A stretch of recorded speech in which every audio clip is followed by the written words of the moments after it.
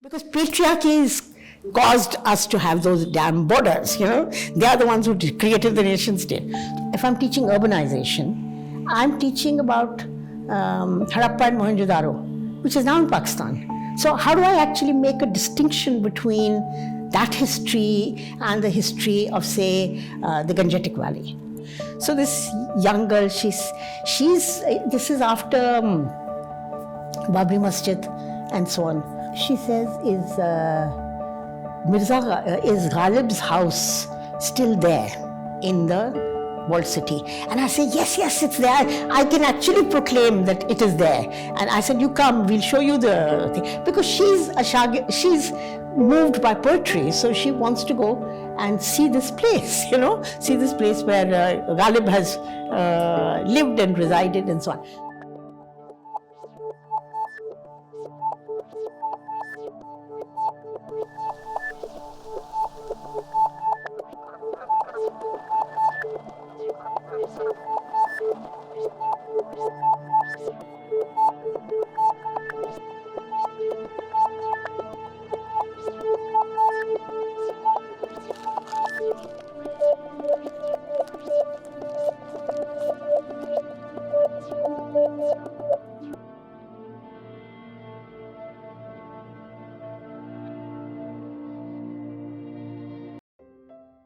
The interrogator. This is the interrogator speaking. Look here, Bibi. Here is the search warrant. The contingent are with me, but I left them round the corner. I thought I can manage on my own. We are looking for a piece of writing. What is the point in making a scene? Why don't you find it, fetch it yourself, or else where it lies, hidden in the house, show us, without a fuss. You yourself show it. Never have I seen my house in this light before. I can hear a heartthrob beat in its very walls. Blood drips from the veins of stone and steel. Warm breaths, wakeful eyes, parted lips surround me. Repeat their whisper to me once again of the promised eternal bond with my country. My four walls, dear land, nestle in your arms. The few moments of refuge I had, I owe you. Countless cellars arise before my eyes. Countless possibilities open their doors for me. Beneath my feet open the tunnel of my hopes, all 7 colors of life glowing on its walls. New words will be inscribed now on the walls of this city.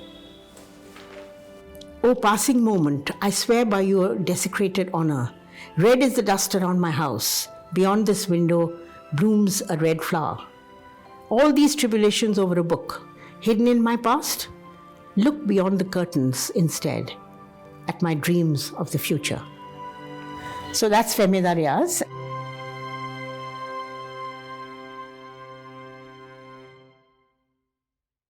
If you go back to our history even, it's very difficult to say South Asia at that time. It was the old India. I mean, the subcontinent was British India, and the subcontinent is like, so for me, Lahore or Dhaka don't feature as prominently as sort of foreign spaces. They feature as part of my history, because in the literature one reads, the history one has grown with. It's like, now tell me, I'm a Buddhist scholar of Buddhism, and I read about Gandhara, okay? And so much of my Buddhism is located in Gandhara. I don't see this as Pakistan, and therefore people might claim it, but it was the old. The subcontinent was actually the old South Asia, and the South Asia is the old subcontinent. So that's how I see it. We have a huge landmass, which is now called India. And within that landmass is actually sections of what has been carved out as Pakistan and Bangladesh. And I think that they share a common ancestry. So for instance, if I'm teaching urbanization, I'm teaching about Harappa and Mohenjo-daro, which is now in Pakistan. So how do I actually make a distinction between that history and the history of, say, the Gangetic Valley? I can't. The subcontinent actually has a geographical unity. And to that extent, actually, what I'm evoking or what I feel comfortable with, and what language-wise or culture-wise and so on I feel comfortable with, is something that in a sense, is part of this long history. My generation was doing the crossover and doing it so naturally that you didn't even talk about it that much. But you came back. You came back with films, you came back with experiences, you spoke to each other. So there was a way in which the conversations were happening around you, even if one was not, even if you were not part of that history of going across. But my first South Asia experience directly, I think, was when I went to, perhaps Kumari Jayawardena organized a seminar in Colombo, where she had all of South Asians at this seminar, and it was the beginnings of fundamentalism. It was the beginnings of the way in which fundamentalists were policing women's sexuality, and across the board. I think the communal violence was also hotting up at that stage. And so it was fantastic because we had people from Lahore, we had people from Dhaka, and we had the Sri Lankans, and we were all over there.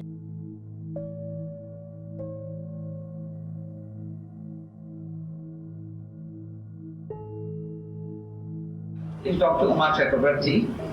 She is, as all of you know, and perhaps have read this card. I was invited by a publisher to prepare for the millennium a volume which was going to be an illustrated history of the ancient India. It was something in the 2000s, and it was in Nepal. Now, in the usual style in which you do map-making exercises, you know how there is a certain strategy of holding a workshop. So that was in full, fully being expressed over there. So we had people from different tension flashpoints.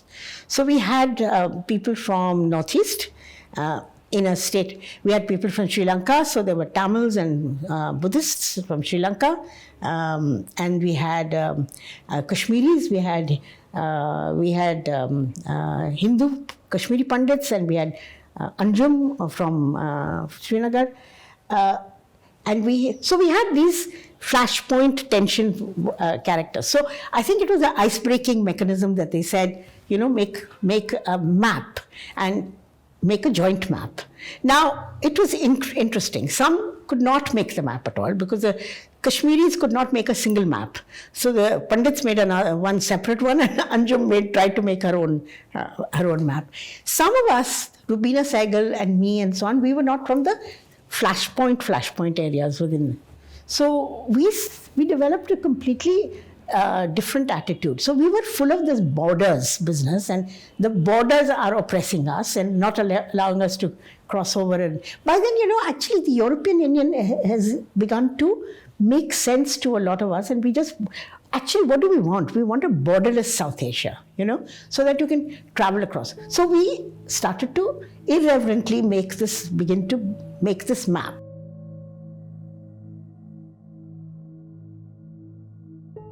The first thing we did was to abolish the boundaries and create bridges instead. So there's bridge this side, bridge that side, bridge in Nepal. All over there are these bridges. How to do that? We can't do that without first dunking patriarchy. Because patriarchy has caused us to have those damn borders, They are the ones who created the nation state. So we have to dunk patriarchy. So we make it the image of a guy whom we have dispatched into the Bay of Bengal. So he's being pushed out into the Bay of Bengal. And then we make this map, which is really inclusive. It has matrilineal homes, so that nobody's thrown out of their houses and stuff. We do all of that stuff. And then but we said we won't be able to do this world, make this new world, because there's neoliberal capitalism, which is forcing us to behave, and warfare, which is forcing us to do certain kinds of things. So then we created neoliberal capital and put him, it's a he, we put him into a coffin and floated him down on the other sea. And it was amazing because all the women who had not been able to make their maps came around, and then they immediately vibed with this one, and they said, yeah, this is what we should do, this is our notion of South Asia. So that's how it all happened.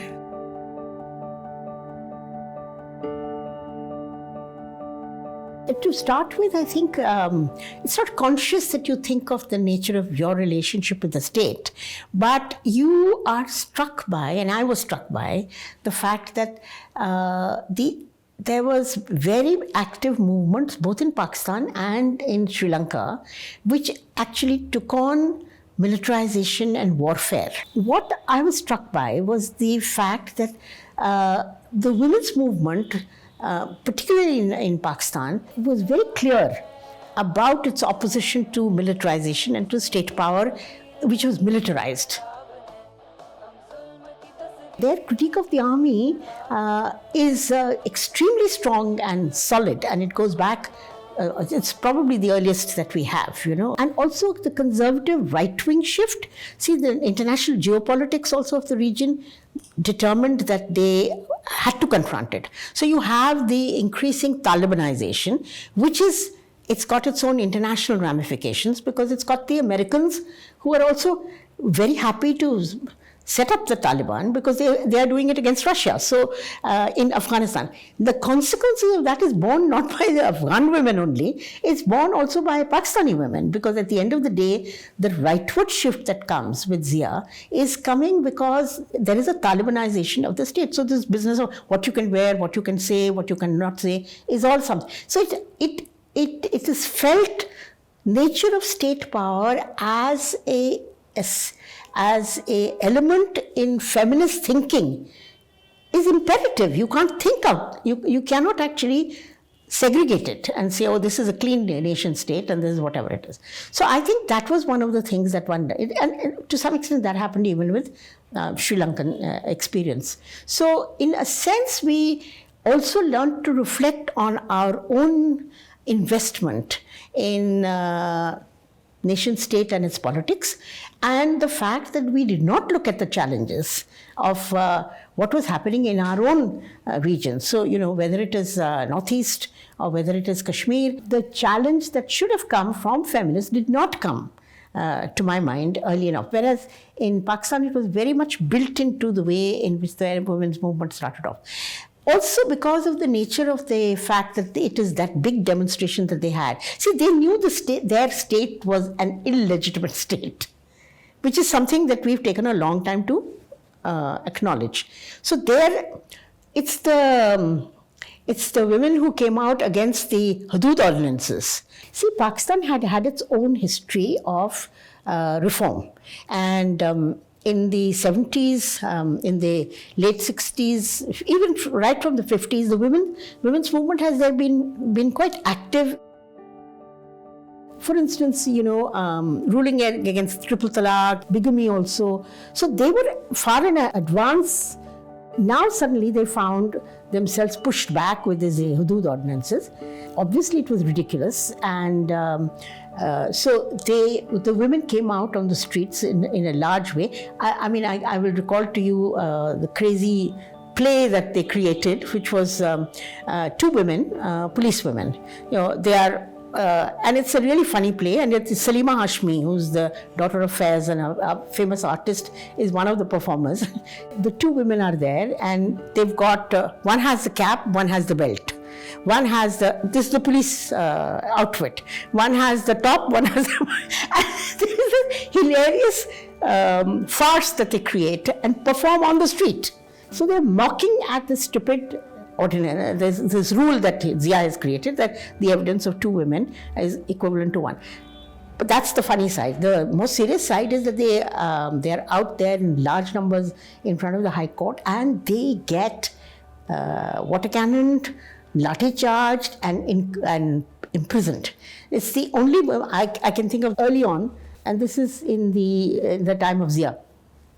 So it was a very exciting moment. They broke the fear of the other sections on what Zia's regime was doing. So in that sense, I don't think we actually, in a sense, one was learning from each other. Okay, what's going on here? What's going on there? What's going on in Pakistan? In Bangladesh. It was very moving to find, in fact, that Bangladeshi feminists, and this is Amina Mohsin is among the ones that I want to mention. Her father was in the undivided Pakistan army and posted in Lahore when 71 happened. They were interned in a camp. She had to take her exams, 10th class exams, school leaving exams, as a internee, as it were. So she grew up with that sense of, this is what militarization, this is what nation states have done to each other. And at the end of the day, she now is a professor of international relations in Dhaka. Her way of translating this experience of hers is that she is very involved in the army atrocities in the Chittagong area. So in a sense, what the histories of nation states and their oppressions, you challenge it, and you actually mount a critique of those. So this is something that we all learned from each other.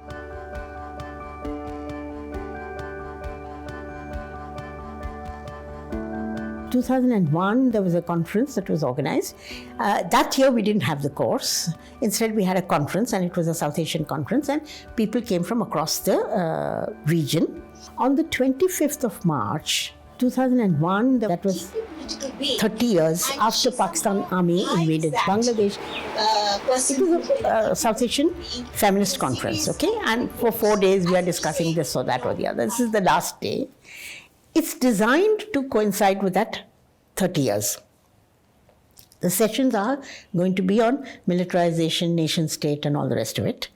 And Amina Mohsin and people have come, from there. So that's happening.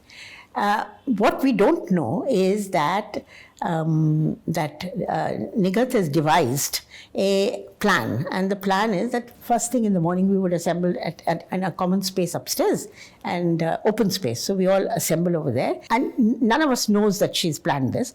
So it's 30 years after whatever it is, and the design is that, and she's seeking a memorialization of that event, okay? And then she turns on, Nayara knows. So we're standing over there, and she's given this little spiel, which is like the statement of purpose, as it were. And then she puts on Nayara News, Faiz, hum to thehre ajnabi, kitni mulaqaton ke baad. And then, there's that line which says, khun ke dhabbe mitenge, kitni barsaton ke baad. And I find myself standing with Amina on one side and Nazish Utaullah on the other side. Both their fathers were in the army in 1971, okay? Now, they're all weeping. She's weeping, that one is weeping, because it's a recovery of that 71 war and all the horror of that war and whatever. And so it's an incredible moment. And at the end of that, when we've all wept and done, whatever it is, she says, we demand an apology from the Pakistan Army for the atrocities that they did against the women of Bangladesh. And this entire conference ratifies it, and that's the resolution that we pass. And it's an incredible moment. I don't think I've never seen anything like that in our lives. It's a full-blown distance from the nation state and its policies, and from the militarization and for the repression that they unleashed. For me, that is the spirit of South Asian feminist resistance and South Asian feminist solidarity.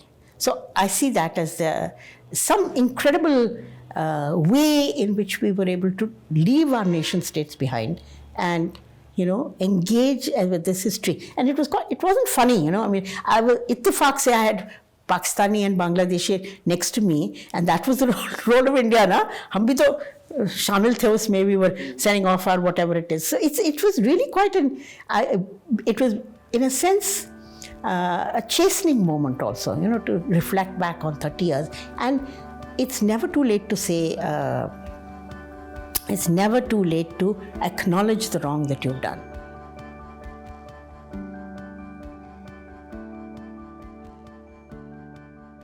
We had the course itself, it was an intensive 12 weeks course.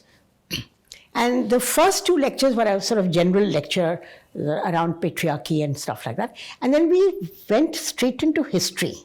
Now, the biggest challenge was to be able to create a module of teaching history, which will take you all the way from early history all the way to the contemporary times. So that was the biggest challenge, and I had a whole week in which one could do this. The real challenge was to not be India, Pakistan, Bangladesh, You had to think of topics which actually cut across all of that stuff, So you could teach matrilineal, for instance. I did have a course on matrilineal, and you could choose experience of matrilineal in Kerala, in Sri Lanka, in the Himalayan regions. You could bring in polyandry, and you could also make those crossovers. In Pakistan, there are the frontier regions which have their own forms of marriage and property passing down. And so one was challenged to think out of the nation-state boundaries and think conceptually about the categories that we were foregrounding as feminist, as practitioners of feminist history. So that was my biggest challenge. And I think that's where I was probably my most successful, most creative intervention came with the capacity to do that. That is traditional history being melded into the histories of this region, which was made possible by the feminist course. Because as a feminist, you could actually create your own course. I mean, who's going to teach matrilineal as part of history otherwise, It was something that was available to us. So that's something that was the challenge as well as what was nice. And I managed, I think, to do that. It was also very exciting, the whole process of teaching in... we assembled, it was an intensive course. Nigat, who was the dean of the institute, she marshaled the best resources in Pakistan for the teaching of the multiple other modules that existed. And it was very creative. So, for instance, Women in Space was introduced as part of the course in this 12 weeks, you have a segment on women in space. And the Women in Space is taught by an architect. So she introduces the subject, and then one day she does a little bit of concepts. The next day she unleashes you on the city. So you walk in the city, and then you start to get the excitement of seeing spaces divided, where you are. And one of the most moving moments for me was to actually go to Dhyan Singh ki Haveli. Dhyan Singh had been some important ministerial official in Ranjit Singh's government. So there was a huge area which was called Dhyan Singh ki Haveli. The Angan had trees in it, and it was beautiful. It was absolutely beautiful. And then, so we went to this place, and we were told its history. Immediately after partition, it was taken over, and then as evacuee property, and then it became a police station. And then people in the neighborhood would hear, sounds of torture and, whatever it is, which was chilling. And then at some point, somebody decided to make it into a girls' school. Now, it was amazing because, for girls to have that space, and it was filled with these girls, playing badminton, playing this, playing that and the other. And then these girls come across, and so you visit them, and they come along to you, and they say, she's come from the other side. The other side becomes the metaphor for the one who's come from the border, from across the border. So this young girl, this is after Babri Masjid and so on. She says, is Ghalib's house still there in the walled city? And I say, yes, it's there. I can actually proclaim that it is there. And I said, you come, we'll show you the thing. Because she's moved by poetry, so she wants to go and see this place, see this place where Ghalib has lived and resided and so on. So it's, so the history of spaces which are gendered, and then the history of nations that have grown in certain kinds of ways, all come together in that little encounter that you have. Very strong bonds developed. I think it was very rich also. I mean, I've never had a situation where your students are talking there's a brainstorming in the beginning, and you say, who are you and where have you come from and all the rest of it. And one of the most moving accounts was this doctor who has come in. She's from the KW, she's from the Peshawar region, okay? Peshawar and even more interior. So she says that how have you come here? I mean, why has a doctor come to this course? And then she says, most of my patients are men, but there are a few women, and they would come to me in a desperate condition. That is, in only when they were close to death, like in that situation.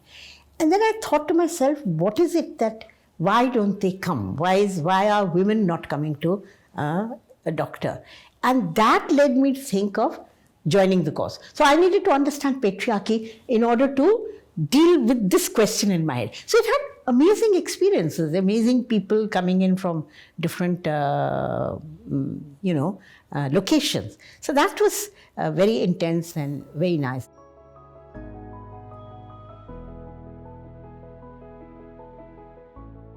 One has heard Kishwar Nahid reciting Hum Gunehgar Auratein. And the power of that poem in challenging patriarchy.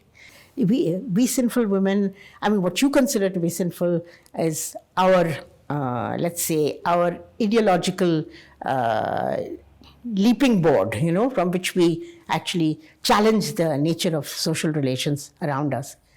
So, title was easy to derive. One managed to get older feminists, and we chose over there a dancer who would have been blacklisted in her time, doing Kathak. Then we had Salima Hashmi, who described the drawings, the Zia years, and how he tried to, rule over artistic expression. And so she did a very marvelous presentation on that. And we had Feminist whom we managed to bring on the other side. Now, these were the older ones. So the younger ones included a poet from Sindh called Amar Sindhu. And from Chittagong, we had Hana, I think her name was. So she was working with the Chittagong refugees. Okay, so she was doing she was carrying forward the work of feminists over there. So when Femida Riaz,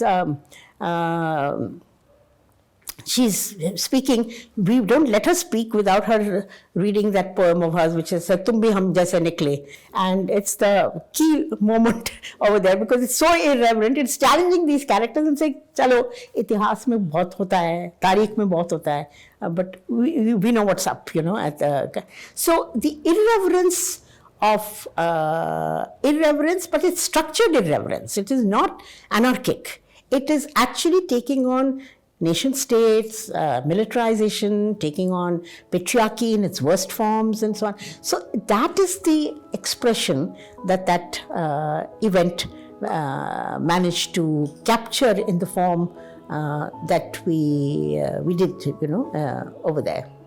तुम बिल्कुल हम जैसे निकले, बिल्कुल हम जैसे निकले, अब तक कहाँ छुपे थे भाई? वो मूर्खता, वो घामड़पन जिसमें हमने सदी गंवाई, आखिर पहुंची द्वार तुम्हारे, अरे बधाई बहुत।